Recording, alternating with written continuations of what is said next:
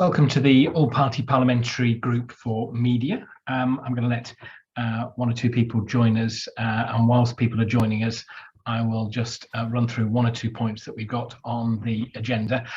We have a virtual parliamentary briefing today and some panelists that I'll introduce to you in a couple of seconds' time. But before we do that, I just want to talk about some elections that we have to do, or welcoming of officers to the APPG. I've got a list of apologies to go through as well. We'll start with those. Apologies from Lord Tebbit, Lord Rana, Lord Wrigley, Lord Foulkes, Lord Cromwell, Baroness Masham, Sarah Champion MP, Chi Onara MP, and Andrew Lua MP. And delighted to welcome Lord Dykes, who is joining us as one of the officers as the Vice Chair of the APPG. Thank you very much, Lord Dykes, for joining us today. We will, I think, over the next hour, learn quite a bit about the opportunity to empower the public to understand a little bit more about a project around authenticity online. We've got three really good speakers to talk a little bit more about that over the next hour. Opportunity to ask questions as well. If I can just start with a few general housekeeping points. If you have a microphone on, please pop it onto mute. And if you can direct questions through the written chat function, we'll try and cover those in the Q&A at the end, rather than pausing to take questions as our presenters are talking. We are recording this for promotional purposes, so if you are in a place you don't necessarily want everybody to see you, think about before you put the camera on. And also, I just want to sort of very briefly set some context about why we're running this event today. It's an event that we're running in collaboration with Adobe, and this is all timed perfectly to fit alongside the online safety bill that is about to go through Parliament. So a really well-timed parliamentary briefing session today. The media group is delighted to welcome members to what we're calling a parliamentary briefing session, or a bit of a teach-in today, with the Content Authenticity Initiative, the CAI. It was founded by Adobe in 2019 alongside Twitter and the New York Times, and since then the organization has been working to promote an industry-wide open standard to demonstrate the authenticity of digital content and to give consumers the practical tools to decide for themselves whether to trust the content they come across online or elsewhere. Now, the CAI has got hundreds of members, including the BBC, whose Head of Technology Forecasting, Laura Ellis, is also with us today, and we'll speak to her in a few moments' time. Its mission is to bolster trust in the full range of digital content, including images, video, and other digital file formats, using tamper-proof data to show how a piece of content has been edited and produced since the moment it was created. And I think the relevance of this, I'm sure as we go through with some of the presentation, will become increasingly clear. Members will probably reflect that this, as I said earlier, is a very timely discussion, given we're awaiting the introduction of the online safety bill into Parliament. It's due in the next couple of weeks, I think, which will deal in large part with what the government can do to improve public media literacy. And I think the whole issue around authenticity of content online is going to become much more relevant. Today we're joined by three expert guests who are involved in the initiative and will explain their work in promoting and implementing the CAI. So thank you to all of them for joining us. We've got around 20 or 30 minutes at the end for questions, and we've got about 25 minutes for speakers. And I'm delighted to introduce our first speaker, who is Kate Brightwell. Kate has been leading the Content Authenticity Initiative efforts to engage with government and regulatory regimes around the world. As part of this, she's been actively involved in the development of several international examples of disinformation codes a code of conduct in Australia and in the EU. And Kate previously worked for the UK Electoral Commission for 5 years, where she managed the International Observers Programme. So, Kate, I'm going to hand over to you to provide a bit of an overview of Content Authenticity Initiative. I'm going to eventually be able to say it without tripping over my tongue. Content Authenticity Initiative, and show a little bit of a video to kick off with. Great, thanks, Andy. Yeah, quite a mouthful, the Content Authenticity Initiative. So thank you so much to everyone for joining today. I'm going to share a short video.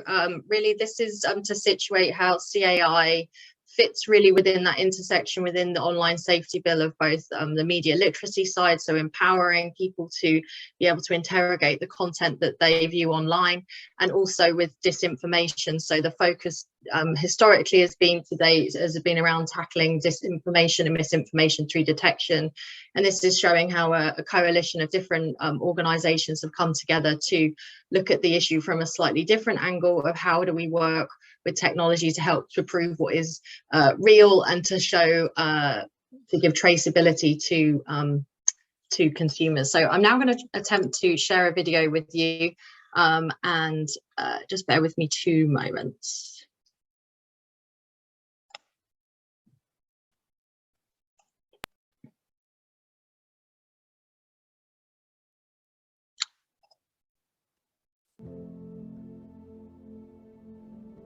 In today's digital world, one of the greatest threats facing democracy is the deluge of disinformation we encounter online every day. In particular, maliciously manipulated digital content, like altered images, videos, and audio, can influence our perceptions. A common and shared understanding of the facts is essential to democracy. Without the tools and resources to navigate this environment, people are unable to tell the difference between a manipulation and the truth. We need a collective solution to restore transparency and trust in the content we are consuming online. That's why Adobe created the Content Authenticity Initiative, or CAI, along with founding partners, the New York Times and Twitter. The CAI is an open-source technical solution that provides people the information they need to evaluate the content they're seeing online and to make more informed decisions about whether to trust it or not.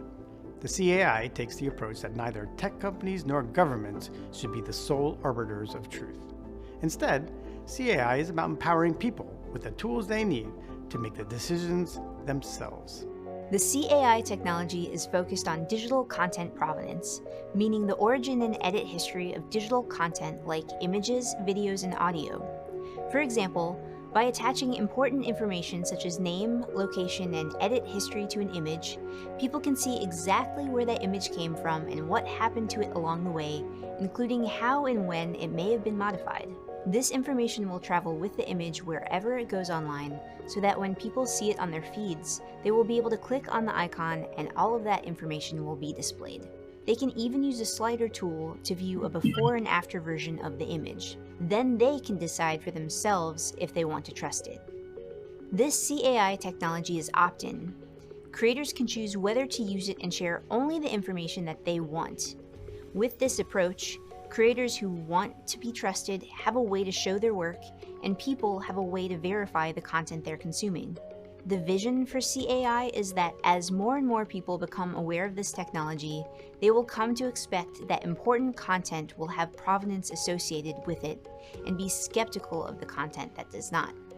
The CAI has already been incorporated into creative software tools, and we expect to see it implemented in many more products over the coming years. In just 2 years, the Content Authenticity Initiative has gone from 3 founding partners to more than 500 members, including Nikon, Getty Images, Microsoft, BBC, and The Washington Post, to name a few. The members span the entire content ecosystem involved in creating and sharing digital content, from image capture and camera companies to software companies, news publishers, social media platforms, academic institutions, and human rights organizations. Provenance technology within each of these platforms would enable people to track changes to content every step of the way. With that in mind, we also founded the C2PA, the Coalition for Content Provenance and Authenticity. This independent organization is writing the technical standards for provenance technology so that companies can seamlessly implement digital provenance in their own tools and products. Having a consistent way to verify the authenticity of what people are seeing online is crucial, as we've already seen in several recent use cases.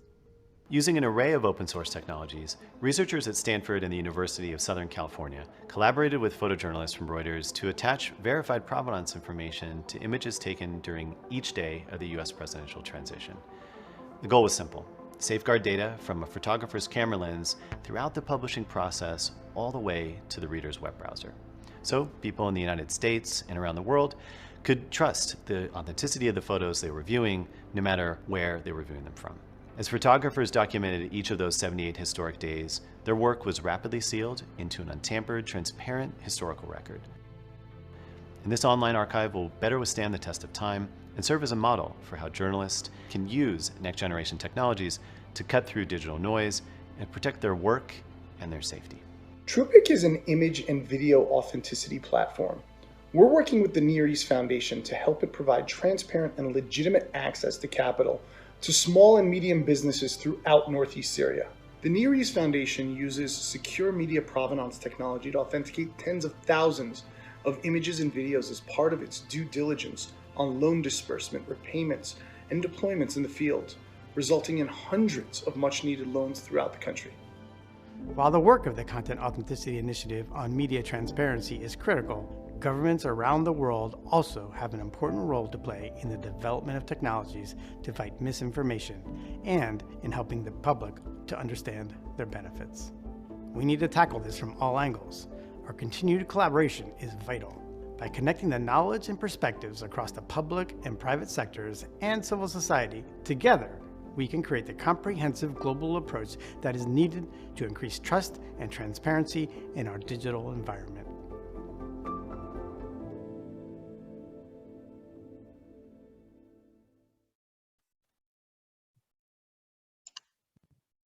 Great, thank you. So hopefully you were able to hear that and to see. And before we go on to talk to Santiago from our team, I just wanted to share with you really the journey that we've been on the last 2 years to show sort of where we've gone from concept to where we are today and how it relates to the online safety bill. So as Andy has shown and as we've shown in the video, in these 2 years that we've been working, we've really gone from an idea of getting a bunch of people together, whether it's the social media platform of Twitter and the news publisher of the New York Times, to see, is there something that we could do in this space to help address this issue through content provenance? And this short timeline shows the incredible work that we've done over the last 2 years. So I'll just call out a few things here. In the August of 2020 was when a white paper was published. This was done with our partners at Microsoft and BBC and the others that joined the CAI. And this was essentially a technical working document to see if and how the technology could work. And then we saw a number of the different partners trying out prototypes. So the one that you saw in that video, which was from Reuters, a 78-day project, which I thoroughly recommend everybody to look at. We can share the link to that afterwards. And both at Adobe, we started to implement this technology within our own products, such as Photoshop, which is probably one of the world's best known photo editing tools that is used by creatives and photojournalists around the world. And what happened really towards the end of this year and has been at the end of last year is significant. So the C2PA, which is the standards body that was set up, so this is really thinking about the technical open source standard that was needed for this technology. And just last week, the 0.1 spec was published. Now, what does that mean? This is the baseline requirement for open source, free and shared code that all of the people in the ecosystem, so all of those different types of companies that you saw that were members of the CAI will be able to use. This is essentially going to be guaranteeing forward compatibility, so interoperability with their systems. And perhaps Laura will be able to talk about this a little bit more, what that means at the BBC. This is an incredible effort. I sort of compare it to the rapid speed that we've seen with the vaccine rollout. and bringing together how have we managed to create a vaccine and deploy it in this time. And really this is significant that all of these different companies have come together in this last 2 years and with the standards body in the last year to get us to this point. So what does this mean for the online safety builds? So now that we have a technical open standard specification to show how this type of technology could be incorporated into all sorts of things, be it social media platforms, media publishers, creatives using it, it really provides an opportunity for the regulation or to point to global industry standards on this. So there has been precedent in the past and often through secondary legislation. So the CTPA actually submitted some recommendations to both the committees that looked at the online safety bill to how and where this technology could be implemented in the OSB. And it really comes down to the recommendations, the provisions in the bill around media literacy for Ofcom to be recommending certain types of technology that can be used to tackle these issues and to improve media literacy. And we think this is where this is related, where if the regulator and indeed the legislation itself could point to an open standard for this would be very helpful in addressing this.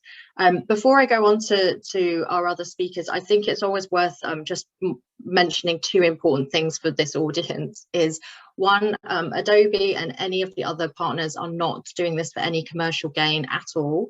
This is all open source, this is all at cost, and we're doing this because we think that this is such an important issue that requires industry effort together. And we also recognize that we have developed and have the very strong, powerful tools for editing and manipulating images. And that's something we're super proud of. And we want to make sure that those that are using our tools have the mechanism to use them responsibly. This is also not about content moderation. I know that a lot of the OSB is focused on this area. This technology is to give objective facts about content so that the consumer can decide whether or not to trust it. This is not about deciding what should or shouldn't be online. So I hope that that's useful for this group. And I will now pass back to Andy or back to Santiago. Thank you, Kate. That was really, really interesting. We're going to go to Santiago. Just a reminder, if you want to put any questions to Kate or Santiago or to Laura, please pop them into the chat and we'll cover questions as we get towards the end. Santiago is a former conflict photographer who at the tender age of just 23 became Reuters chief photographer. Clearly, he has really photographed the world in that role, spending time in Mexico and Central America and capturing events such as the Civil War in El Salvador and the US invasion of Panama. And during the first Gulf War, Santiago was one of the group of photojournalists taken prisoner by Saddam Hussein's forces. Later spent 25 years as director of photography for the Associated Press before becoming Adobe's first director of editorial content in 2017.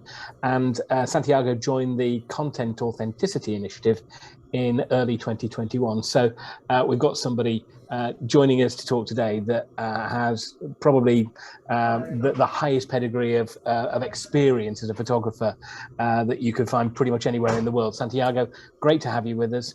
I'm going to hand over to you. Great. Thank you, Andy. And thank you, Kate, for the overview.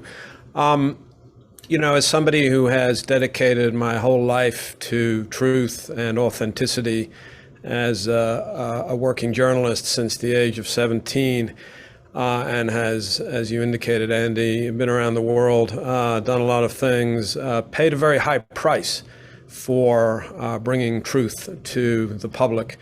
You know, I was wounded in Sarajevo. I lost over a dozen colleagues over the years to violent deaths, seeking out truth around the world.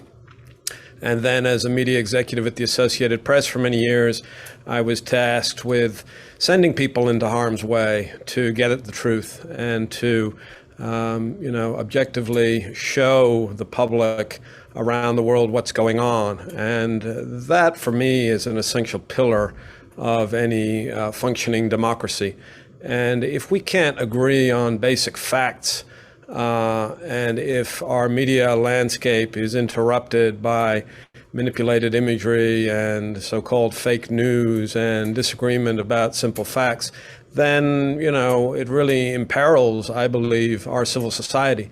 And so the content authenticity is a really strong and good faith effort by a lot of major industry players, both in the media and technology sectors, but also in human rights and other business sectors, where there's a real advantage to understanding where a piece of content comes from, whether it's a photograph, a video, or another file type, what might have been done to it along its journey from capture to publication, and then exposing some or all of that information to the public so that they can interact with it and see it, and it helps them navigate what is an increasingly complicated media landscape.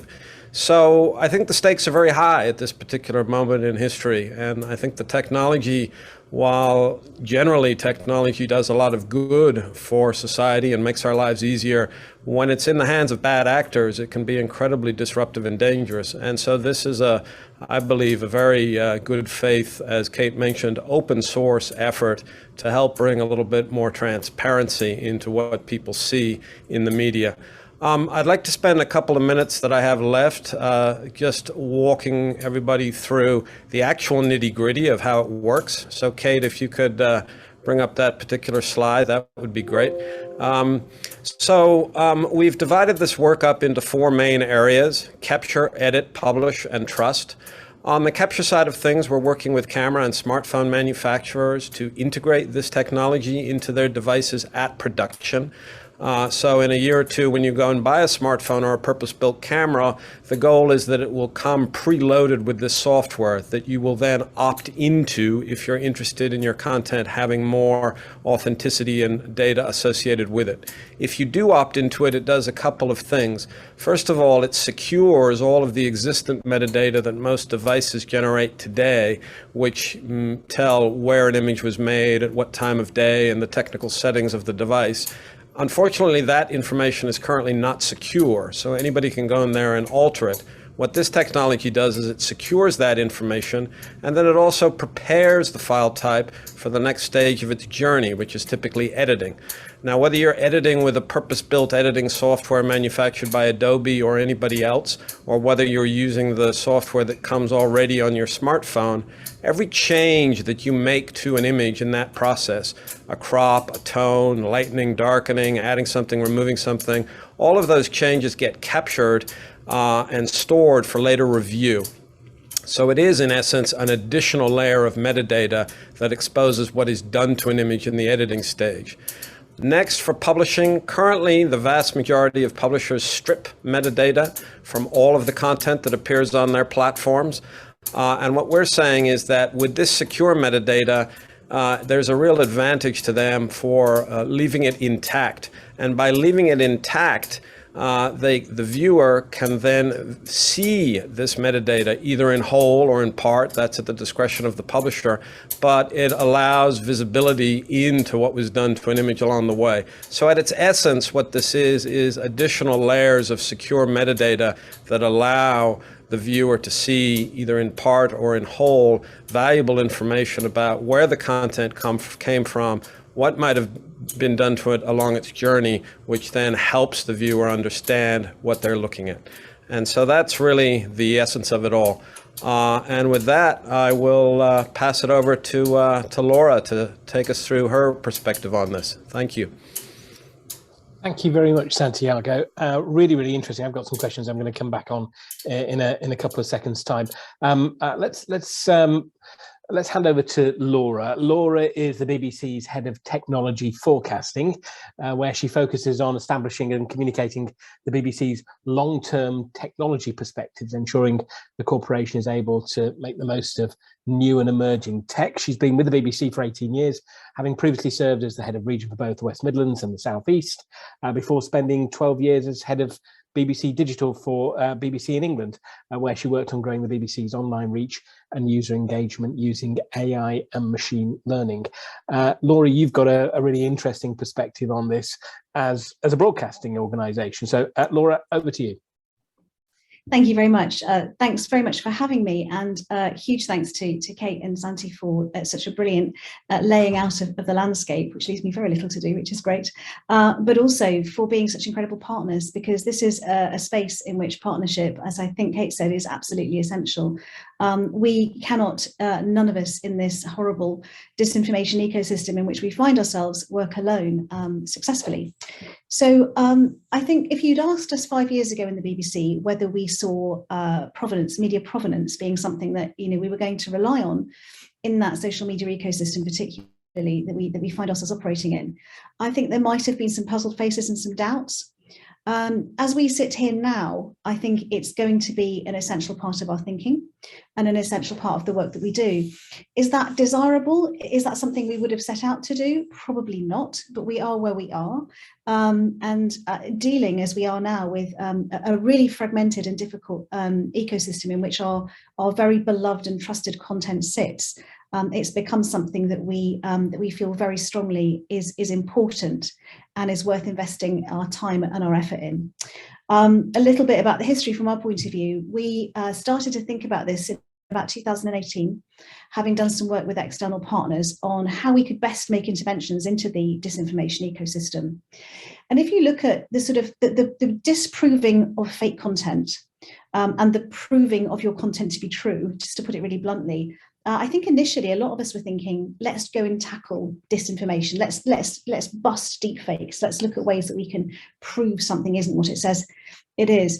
That very quickly became a very difficult space to work in, and with technology advances such as the generative networks that we came across, we realized that we would be best devoting our efforts instead to looking at securing provenance signals in the content that we were putting out.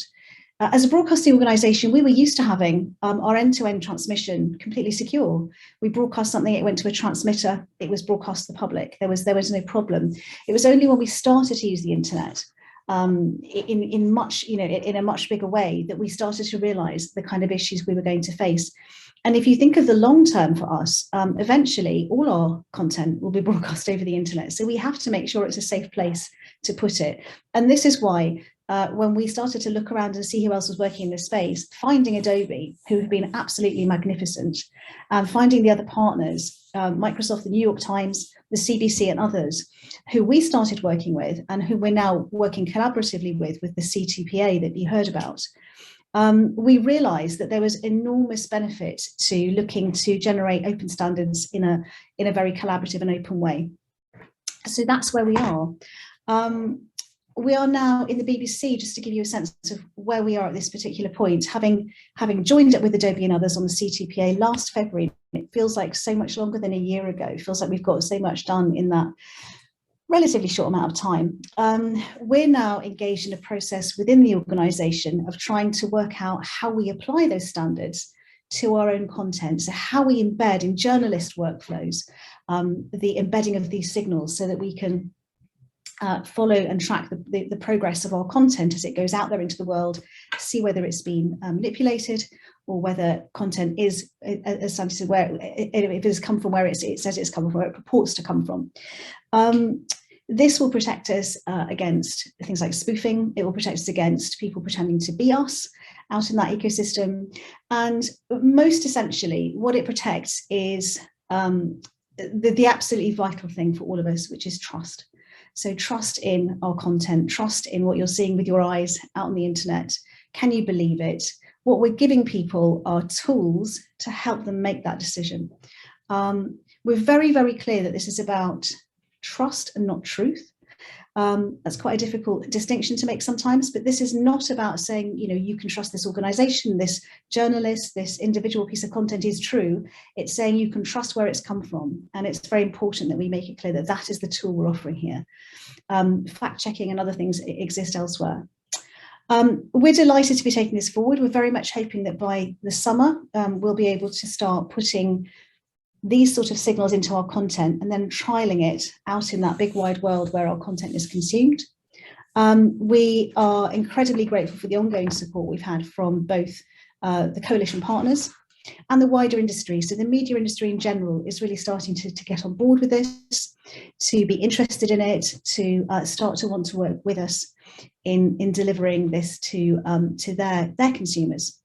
That's it really from me. I'm very, very happy to take, as I know that Kate and Santi are, any questions that you have on this, but thank you again for letting us put this across. It's a really exciting project to be involved with, and I hope you agree it's really worthwhile too. Thank you very much, Laura.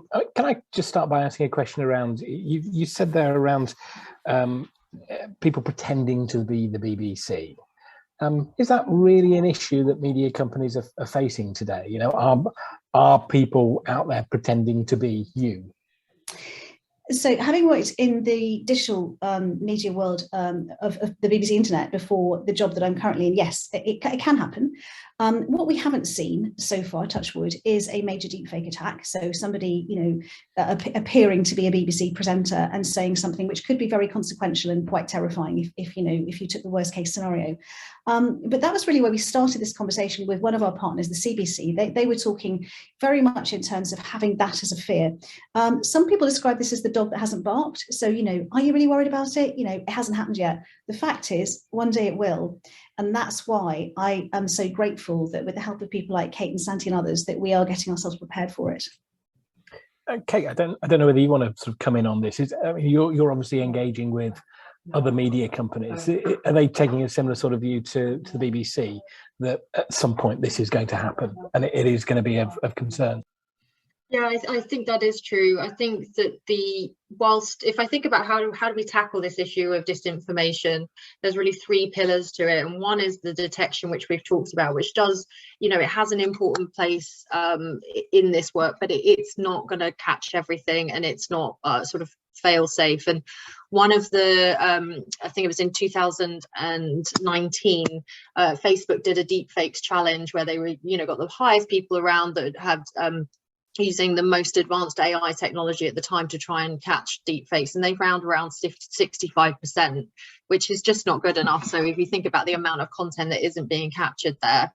So then in terms of provenance being really that way of being able to show this breadcrumb of how content who has created it and how it's changed along the way is important. And something that's backed that up more recently, we did some consumer research in the UK back end of 2020.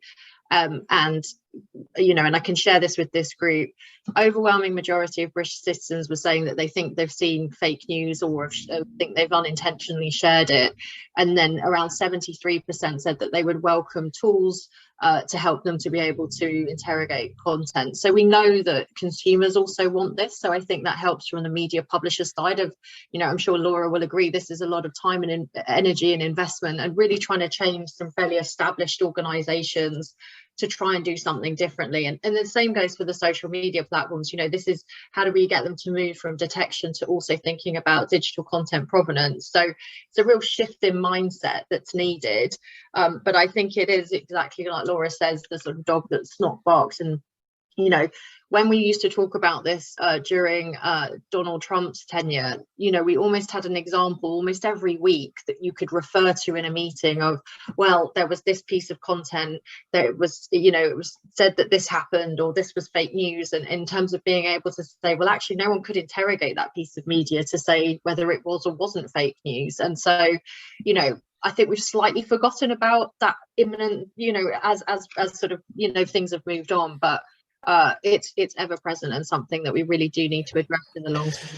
You highlighted there what I was actually going to go on and ask Santiago about. Obviously, President Trump has moved on, and you know we heard frequently about sort of fake news during his tenure. I think you talked, Santiago, about sort of manipulated imagery in the mainstream media. I mean, are we seeing examples of that now? I suspect unwittingly, you know, imagery being used. Is that something that is already prevalent? Yes, sadly it is. Two examples that I can cite off the top of my head. One was a picture of some Afghan refugees, a Reuters picture showing some Afghan refugees on the tarmac at a European airport, walking from their plane to the terminal. carrying on their backs, whatever they could carry with them on the plane, rucksacks and whatnot. Russia Today, the media outlet, which, has an agenda, they photoshopped in weaponry onto the back of these Afghan refugees to make it appear that they were carrying rocket-propelled grenade launchers and assault rifles and things of that type. And they put it out there to say that the West was making a huge mistake by allowing these Afghan refugees to come to Europe. Now, they put a tiny little disclaimer that was barely visible onto the picture to say photoshopped image, but unless people took the time to actually blow that image up and look at it closely, it wasn't noticed. Reuters complained the image was taken down. Another image in the United States that made the rounds, it was a screen grab from CNN analysis of some elections here in the United States. And somebody had superimposed the logo of a pornography website onto the screen. So it made it look like the CNN presenter had inadvertently, showed something that he shouldn't have on screen. Made the rounds, was picked up. You saw it all over the place, Twitter, Facebook, complete fake. And so, as the technology makes it easier for people to manipulate images on their smartphones and on their laptop computers, you're seeing people with an agenda, sometimes a deep political agenda, sometimes just mischief makers and troublemakers, trying to disrupt the flow of information by using this technology to make things, that didn't happen appear as though they happened. If anybody has any other questions to ask, feel free to pop them into the chat and we'll pick them up. I'm just interested to know, and again, maybe a question for you, Santiago, first. How do we promote to the man on the street, the woman on the street, the information that sits behind a photograph? How you check whether something is real or not? That's an excellent question, and that's something that we're actively thinking about and planning for. I think, broadly speaking, it has, I would say, two main components to it. One is getting this into the education space, and so we have prepared some curricular material for the higher education space that we're in the process of refining, and then we're working on some material for the primary and secondary education spaces. This is all, under the umbrella of media literacy, which I suppose is a subset of digital literacy, but we believe it needs to get into the classroom, and today's generation of students, digital natives as they are quite quick about picking this stuff up. The other thing that I think will need to happen when the time is right is that the media companies themselves, be they traditional media companies or social media companies, undertake campaigns, whether it's paid advertising or found advertising or broadcast campaigns or whatever form it takes, to alert the consumers, alert their viewers that, let's say, starting next week, this isn't the case, but when the time is right, starting next week, New York Times viewers will see a little blue dot or whatever it ends up being next to content on their website. Here's what that means. And, just use the media itself as a tool to help the viewers explain how this particular aspect of that media works. Katie? Just quickly, I think, so just to sort of bring it back to the UK, so the government announced the online media literacy strategy last year. Within that, I think it's either principles 3 or 2, I can't remember exactly off my head, but really is about thinking about what tools can be used to help interrogate. So from a government perspective, there's that focus. And I think that really is this area for the OSB of how this could work, so how the government has a role also to play in informing people that this technology is available. Laura, from your perspective, I mean, you've got thousands of journalists. Is this something that people working in the BBC are aware of now? Are they checking the authenticity of photographs that they receive, of information that they receive through? Oh, absolutely. So we are incredibly proud of the BBC that we always sort of semi-joke that we had disinformation tackling before disinformation tackling was really a thing in BBC monitoring, which is a bit of the BBC which has for many years specialised in applying really expert views to potentially contentious images and other media, and trying to determine not only why they're not what they say they are sometimes, but also why that is the case. So, what's the intent behind it, which is always a really fascinating part of the equation. Beyond that, our journalists generally are trained in understanding this area, understanding this landscape. It changes all the time, but understanding everything from the kind of language you might see used in disinformation to the kind of things that you might do to look at images and to detect what's going on there. The sort of sharper end of the detection, that the deepfake detection that Kate mentioned, is a more specialist skill, and is actually, as Kate says, quite difficult to do.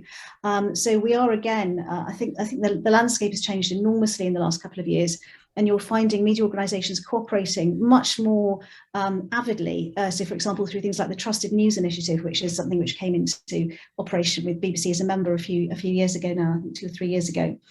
So that expertise is then being shared more widely, which is really important. We can flag up, images of concern or videos of concern to each other through that network, which never used to happen before, and also crucially to the platforms. So it is very much a hot topic.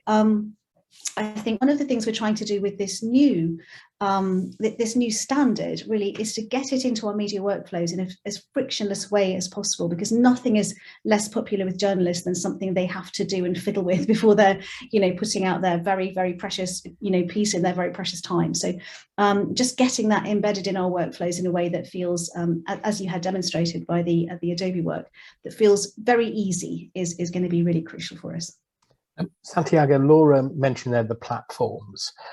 For me, this feels like probably the most challenging area, that actually where you've got professional journalists that are curating and looking and working out what is real and what isn't. It's when you've got the unregulated platforms, Facebook, Twitter. What work's going on there? Well, we're having conversations with everybody you'd expect us to be having conversations with. Twitter is a founding member of the Content Authenticity Initiative, so they're actively involved both in the CAI as well as the C2PA, which is the standards body. We're having conversations with Facebook, with Google, with the other component parts of the ABC Google group. And it's really sort of a question in my mind of timing, in the sense that, there's a long way to go here. This is a major lift that we're undertaking because we're attempting to alter significant parts of the media landscape. The most progress thus far has been made with incorporating this into some of the editing software, the Photoshop and some other editing programs.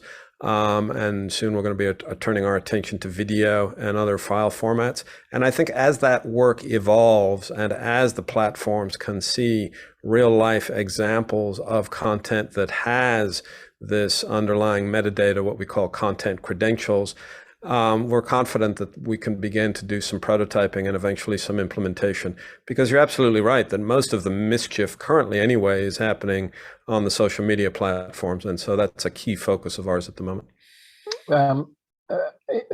Kate, if I can come to you, I mean, you've already got, I think you said about 500 companies signed up to CAI. Is that enough? Where do we need to get to for this to be a sort of an industry project? Yeah, that's a really great question. So I think in terms of like the major players, we've got some good coverage, and I think it's really we want all different types of organizations to be involved, and this is literally from human rights, who've been really helpful in the design of the specification to just think about all those unintended consequences of how this technology could be potentially harmful in certain contexts. So again, that's more broad. I'd love to see a lot more UK or European partners involved. I think, just for the nature of those from who, that we've set it up, that's been very sort of North American focused, but I think really to amplify out both in Europe and across the world is needed. And so I think, the good news is from the specification from last week is there is this kind of this baseline of interoperability from the technical side of things, and that was no mean feat. And so I think this really is a turning point of now that this is sort of the foundation that all different types of partners can come and play around with this technology, see how it fits with their own work. We've had, for example, a small UK startup called Cerelay that has prototyped how this technology can be used in their very specific technology. They have an app that talks about content provenance. So yes, more and more, I think, but we'd love much more involvement from parliamentarians and the regulators to see how we can draw adoption that way. It's great having a group of industry together, which is, I think, the fundamentals of this, but how do we drive adoption and lead everybody to a ubiquitous interoperable standard is my hope for it. I mean, that leads me on to sort of ask the question about how you see the regulatory environment sort of developing over the next 12 months or so in a way that sort of fosters this kind of user empowerment. Yeah, so I think maybe if I give some examples from Australia and the EU codes of conduct. So these are industry-led codes. They're bringing people together. Historically, they're focused on disinformation in the detection space, and now both of those codes are really bringing out what different ways we can empower users through content provenance and adoption.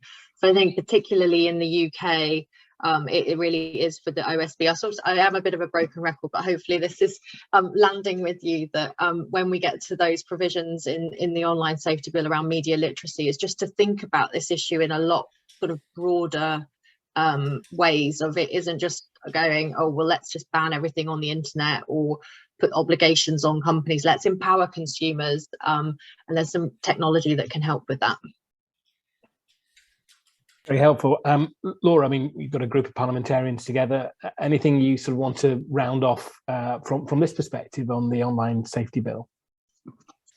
Absolutely. I mean, we'd just love to get this talked about more, because it, as you will appreciate, having heard what we've been saying, it is quite a tricky thing to get your head around. You know, what is it they're doing in this space? One of the questions I always get asked is, well, hang on a minute, you've always had watermarking and fingerprinting as technologies. How is this different? And it's different because it's very complex to make sure that, given the processing that we know happens to media out in that space, that we have something which is very reliable and very durable, and hence why these open standards have been so carefully crafted. So we'd love to have it talked about more. We'd love to have anybody who is out in this space and worried about it, encouraging people to find out more about the C2PA, CAI, and Project Origin, which is kind of the triumvirate that's formed around this. We're very happy to talk to anybody. We're in great and very productive conversations with many media companies, but also the Society of Editors, for example. We've just had a very positive response from them on it. So we're just trying to build out that landscape, invite people to workshops, invite people to ask us questions. And we're really happy to talk about it. As you've probably gathered, we could go on for hours about how excited we are about this. I really do think it is one of the most exciting interventions in this space that we could make. And it's been an absolute pleasure to work on it. Thank you, Santiago. If I come to you finally, I mean, how optimistic are you that, looking forward over the next couple of years, that this is a system that can be adopted on a global scale? Is that achievable? I believe it is achievable. It's going to take some time. You asked before whether 500 members was enough. The answer is no. We're hoping to at least double that membership by the end of this year and take it from there. I think it's really important that we tackle the wholesale news companies, what we call the B2B news companies, the large providers that feed the other media organizations. So those are organizations like Reuters, the Associated Press, Agence France Presse. Of those three big powerhouses, we have AFP aboard, and we're working diligently to persuade our friends at Reuters and the Associated Press to get on board. I think that will be a huge step. Why would they not want to come aboard? Well, journalists are by nature a little skeptical sometimes. And there's what I've encountered is two sort of different misconceptions. One, the assumption is that Adobe, as a publicly traded major software company, has an agenda and is doing this to make some money, which is decidedly not the case. So I spent a lot of time explaining that. And the other misconception is that this is about detection software. And detection software, while it can be useful, is essentially an interminable arms race. with the bad actors trying to stay one step ahead of the latest software. And so as a result, in many people's minds, detection software is like, yeah, we've tried that, it's limited. And so disabusing media partners of that notion is a large part of my work. And then I would say the other thing is, in large organizations, finding the correct entry point to the organization is critical. The higher up in the organization you go, you typically get people who have a broad strategic purview and understand it immediately, but sometimes there's a gap between those people and the actual implementation. So it's very much a work in progress, but we're getting there. Excellent. Thank you very much indeed. I'm going to draw it to a close. I think it's been a really, really fascinating 45 minutes looking at something that I think perhaps many of us don't really even realize is sort of going on in the background. Santiago, Laura and Kate, thank you so much. If I just finally draw everybody's attention to the APPG social media channels and our websites, our bi-monthly newsletter going out to members as well. And if you'd like to contribute to that, if you want to blog, if you want to put something into there, you're more than welcome to do so. And the team at White House Communications would love to hear from you there, the Secretariat for the APPG. To Kate from Adobe, Santiago and Laura, thank you very much indeed. Really, really interesting session. And thank you to everyone that's joined us at the Media APPG today.